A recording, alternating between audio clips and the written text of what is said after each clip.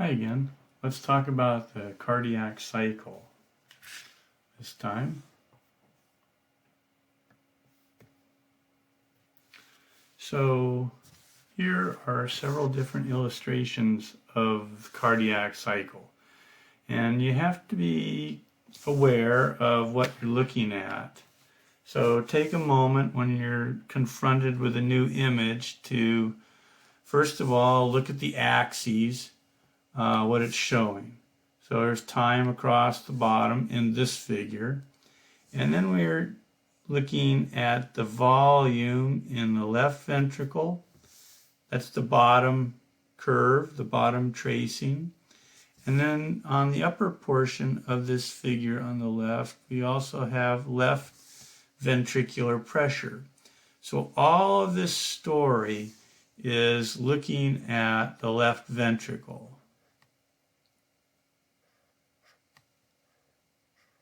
I'm having trouble with my pen.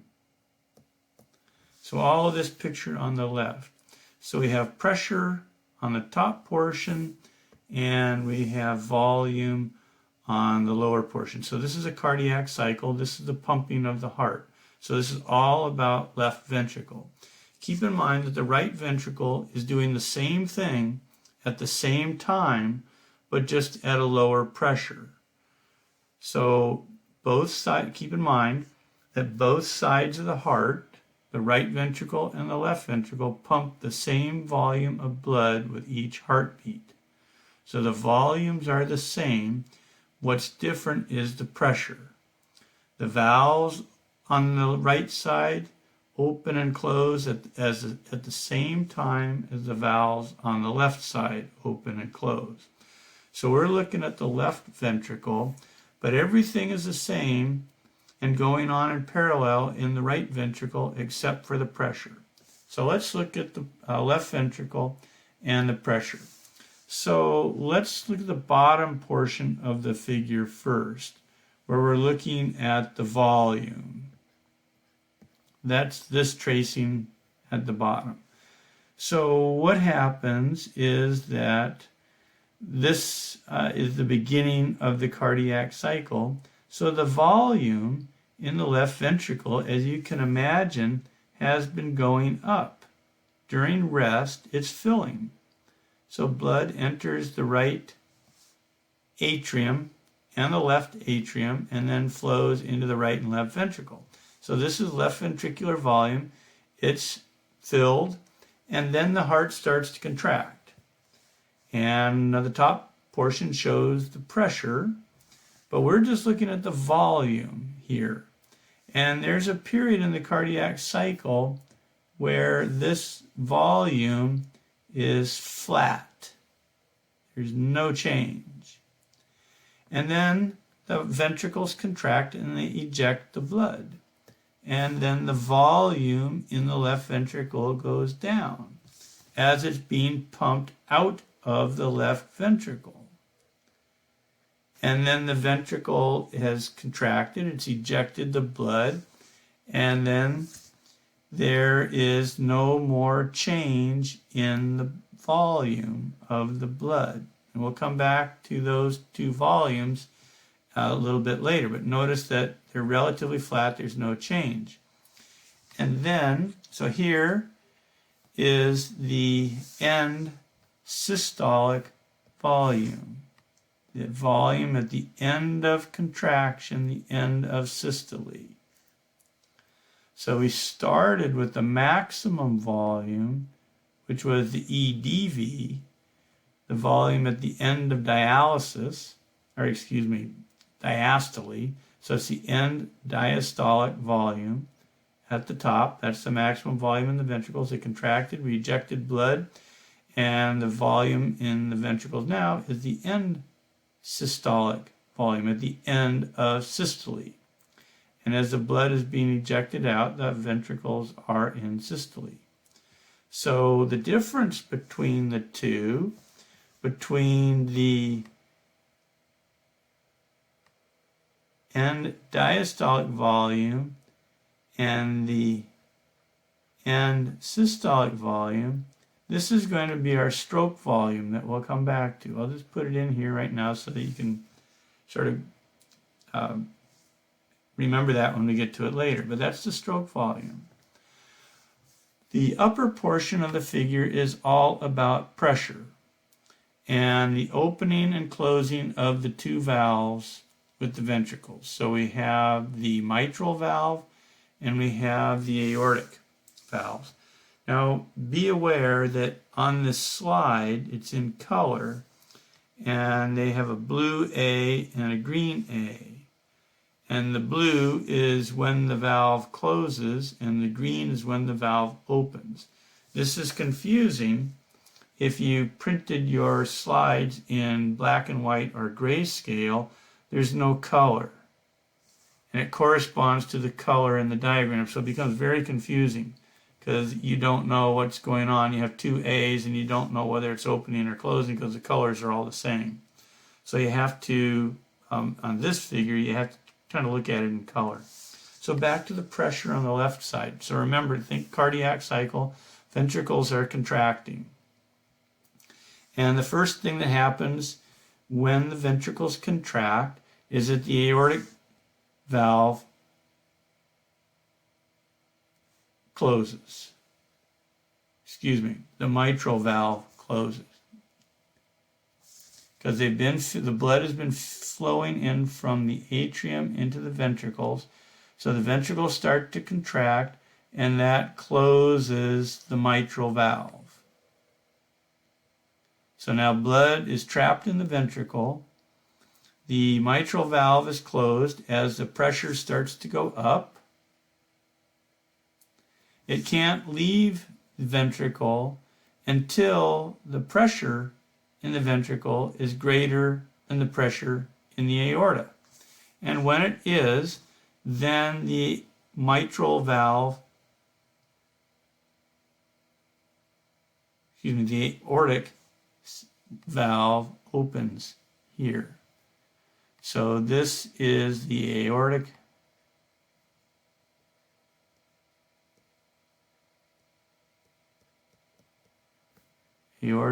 valve opens.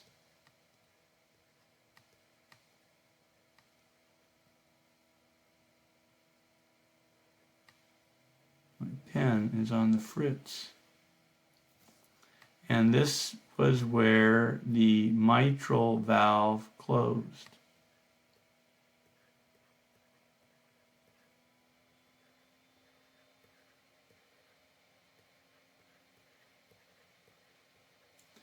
So,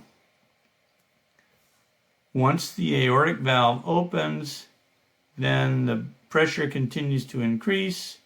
It falls again all the way back down to rest.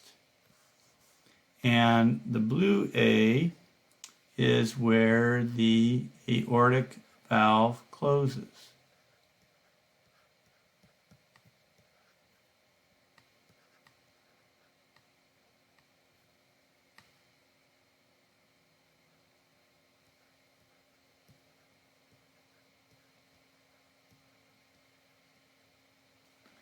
So it opens here and it closes here.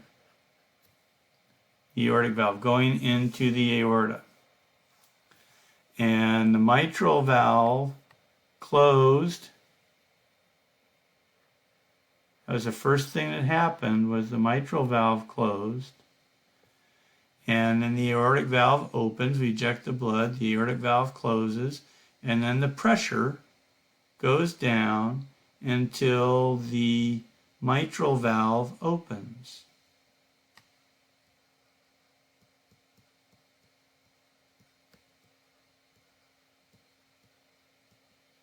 And then, once it opens, then we start to fill the ventricles again.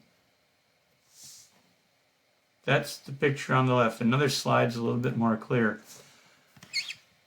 The slide on the left, it takes a little bit of time to figure out what's going on.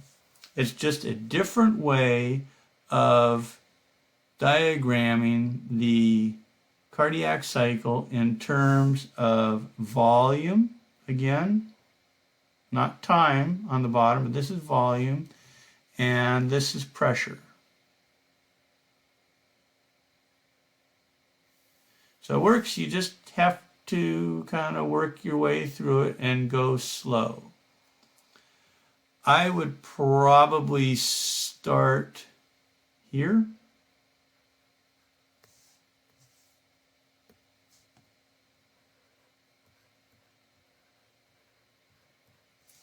And just work your way around it, following the direction of the arrows. So this is the period of filling, when the ventricle fills.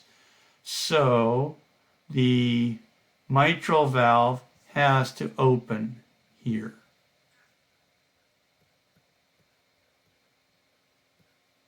The mitral opens, and that allows the blood to enter the ventricle, and the ventricles fill.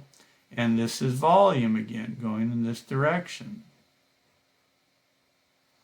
So we started with the ventricles being pretty much empty, if you will, at their end systolic volume, and then we fill them again. This is during diastole.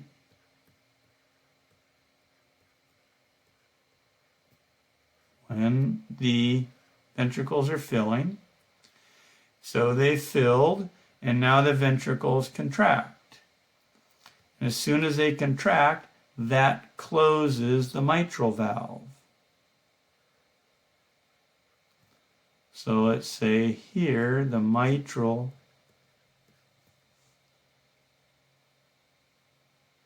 closes.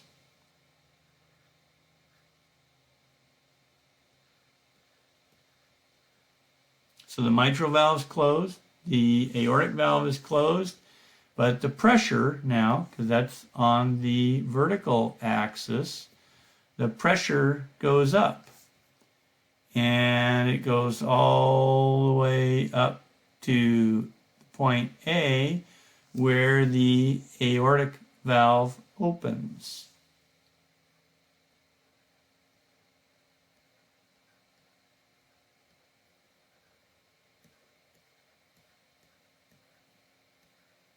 Okay, and then we're going this way on the curve. We're going back. We're just continuing around counterclockwise, and going from right to left is volume. So now the volume is going down, down, down, down as we are ejecting the blood. This is the volume in the ventricles. It's getting lower until we're back over to this point.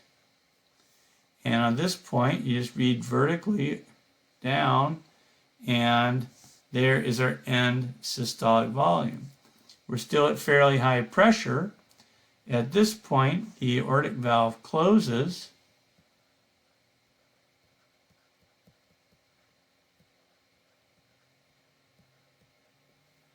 and then the pressure drops until the mitral valve opens again. So something to note here, one of the reasons that I like this figure is that it shows these isovolumic or isovolumetric volumes. So again, the volume is on the horizontal, and notice that there's no change in volume on this vertical line. And there's no change in the volume on the vertical line on the left. The pressure is what changes, but the volume does not, because both valves are closed. The mitral valve is closed at the bottom here, and the aortic valve hasn't opened yet. So during this period, both valves are closed. There's no place for the blood to go, so the volume doesn't change, but the pressure certainly does. On the other side is the period during relaxation, when there's no change in the volume. This is the isovolumic relaxation phase, where the aortic valve closes at the top, and the mitral valve hasn't opened yet. So there's no change in the volume. This figure would be good if you played with it for a while. Don't overdo it all in one sitting. Look at it for a little bit and then come back to it. Look at it a little bit later and come back to it. And pretty soon, hopefully, you'll kind of see what this is showing and how it makes sense. And before we leave it, again, here is the stroke volume. It's the end diastolic volume, which is the maximum volume, minus the end systolic volume, and the difference is the ejection volume. Okay, let's move on.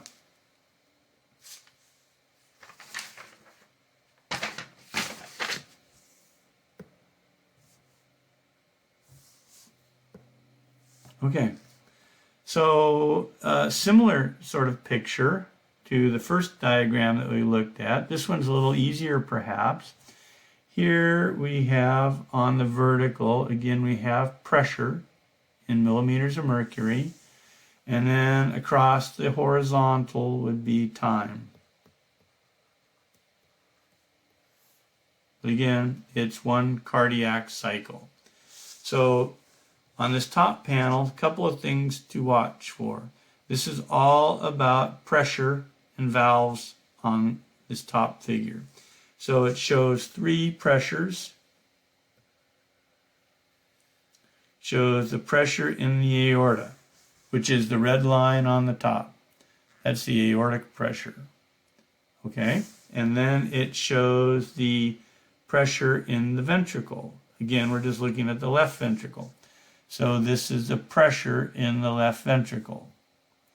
And it also shows the left atrium, which I'm not terribly concerned about, but that's the atrial pressure. You should probably just focus on the ventricle pressure and the aortic pressure.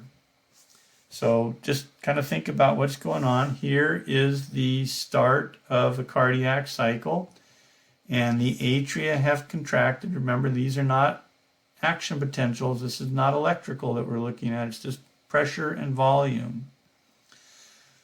But the atria contract. They push blood into the ventricles when the atria contract. So there's a little bit of an increase in ventricular pressure at the beginning. And then the atrioventricular valve closes. So no more blood can enter from the atria. And then as the ventricles contract, the pressure goes up quickly. There's no change in volume during this period. And then when the green line becomes greater than the pressure in the red line in the aorta, then the semilunar valve, the aortic semilunar valve, then opens.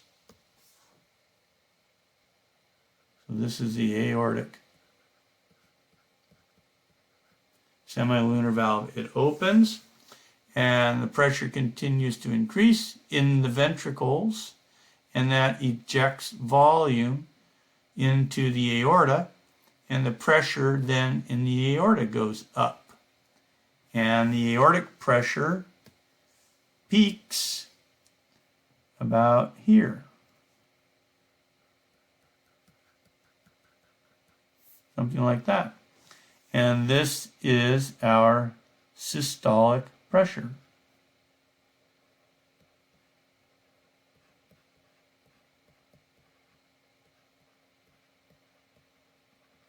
And it looks like it's about 120 millimeters of mercury. Then the ventricles relax, the pressure starts to go down in the ventricles, and when the pressure in the aorta is higher than the pressure in the ventricles, about here, then the aortic semilunar valve closes.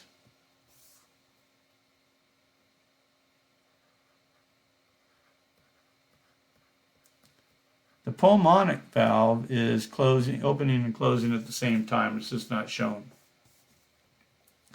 And then the pressure in the aorta drops down to its lowest point, which is about here. You know, if you ran this over, that's about the lowest point. So the lowest point in the lowest pressure in the aorta, that's your diastolic pressure, and it's pretty close to 80.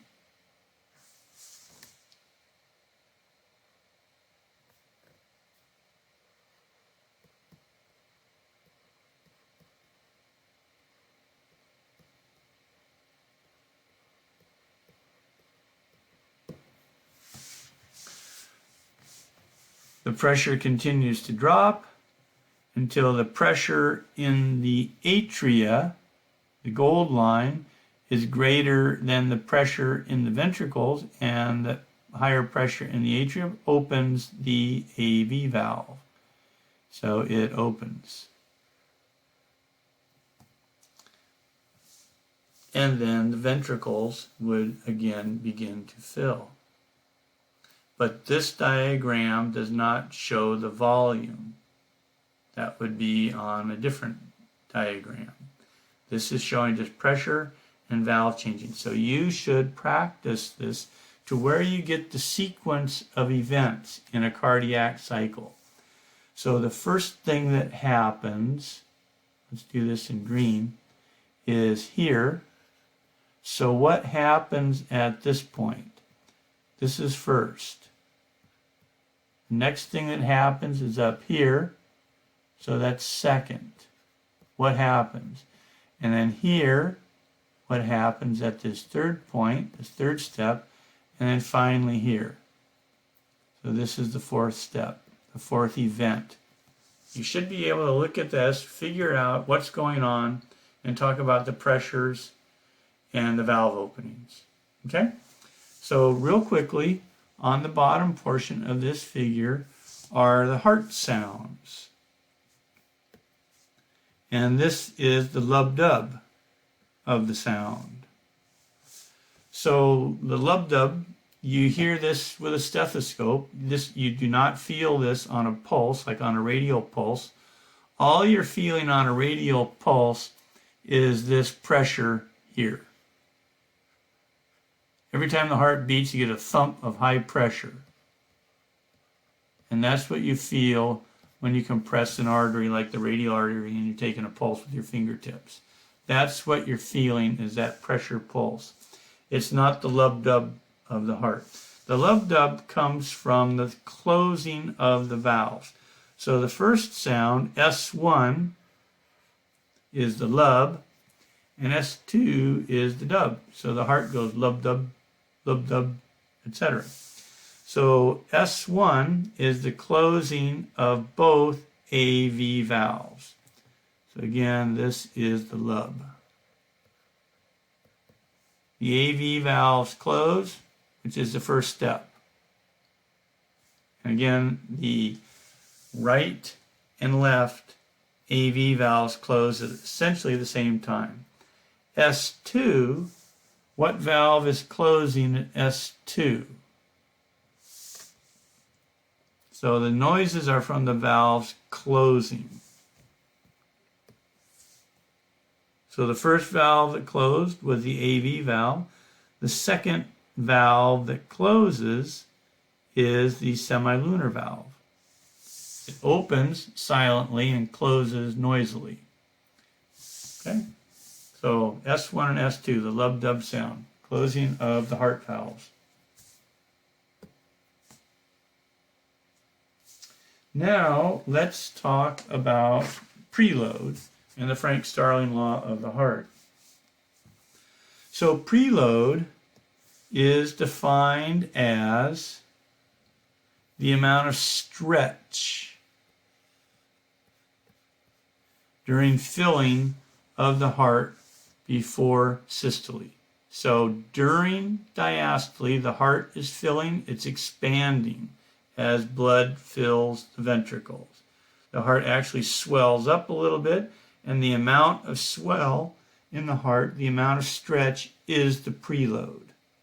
So the preload is the amount or degree of stretch during filling of the heart, right before systole. That's maximum preload. Okay, the Frank-Starling law of the heart says that with increased preload above normal, we get an increased force of contraction above normal. So I've abbreviated force of contraction as FOC just to speed up the note taking. So what would cause increased force of contraction? Increased preload. How do you get increased preload? You put more blood into the ventricles, which causes them to stretch. So you have increased preload, increased force of contraction. Force of contraction leads to increased ejection or stroke volume. So the more forcefully the ventricles squeeze and contract, the more blood they eject. Okay? So the more stretch, the more blood that gets pumped out. The more stretch, the more force during contraction. So here's the law of the heart, what makes Frank-Starling important. This is one way to assure that both right and left ventricles keep pumping the same volume of blood with each heartbeat, which they have to do if the heart is beating normally and is healthy. So consider this. If one side of the heart receives an increased venous return, so if one side receives increased venous return, filling, then that side of the heart would have increased preload, which would lead to increased force of contraction, increased volume pushed back out, and essentially to the other side, and that is a way of equaling the volumes.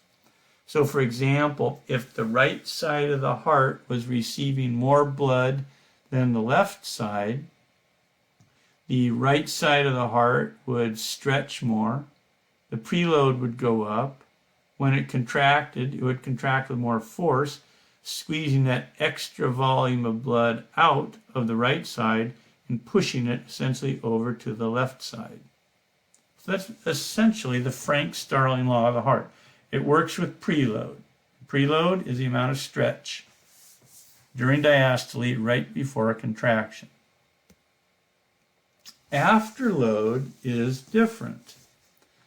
Afterload is the amount of pressure in the aorta and the pulmonary trunk at the end of diastole, just before contraction. So the aorta is under pressure all the time, and the ventricles have to push blood into the aorta. So if the aorta is at a higher pressure, that means the heart has to generate more pressure to eject blood. That's the afterload. So the afterload is the amount of pressure that the ventricles must exceed to eject the blood. It's essentially the diastolic volume. Now let's go back for a moment. Let's go back and see slide, I believe it's number 26.